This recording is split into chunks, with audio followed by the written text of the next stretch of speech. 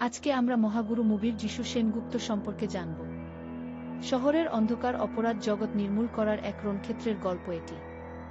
যিশু সেনগুপ্ত এই গল্পে এক তেজস্বী ও নীতিবান যুবকের চরিত্রে অভিনয় করেন, যে অন্যায়ের সাথে কোনো আপস করতে শেখে নাই।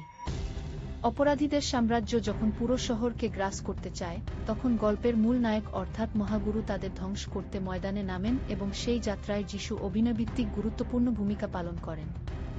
রাজনীতি, পুলিশি দুর্নীতি এবং মাফিয়াদের যৌথ সিন্ডিকেটের বিরুদ্ধে এই রক্তক্ষয়ী সংগ্রাম পরিচালিত হয়।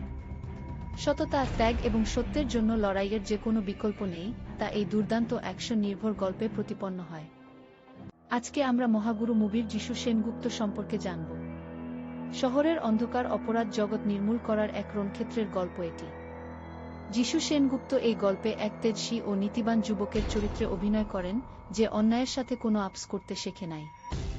অপরাধীদের সাম্রাজ্য যখন পুরো শহরকে গ্রাস করতে চায়, তখন গল্পের মূল নায়ক অর্থাৎ মহাগুরু তাদের ধ্বংস করতে ময়দানে নামেন এবং সেই যাত্রায় যিশু অভিনয়ভিত্তিক গুরুত্বপূর্ণ ভূমিকা পালন করেন।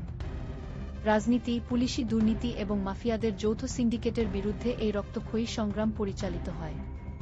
সততা, ত্যাগ এবং সত্যের জন্য লড়াইয়ের যে কোনো বিকল্প নেই, তা এই দুর্দান্ত অ্যাকশন নির্ভর গল্পে প্রতিপন্ন হয়।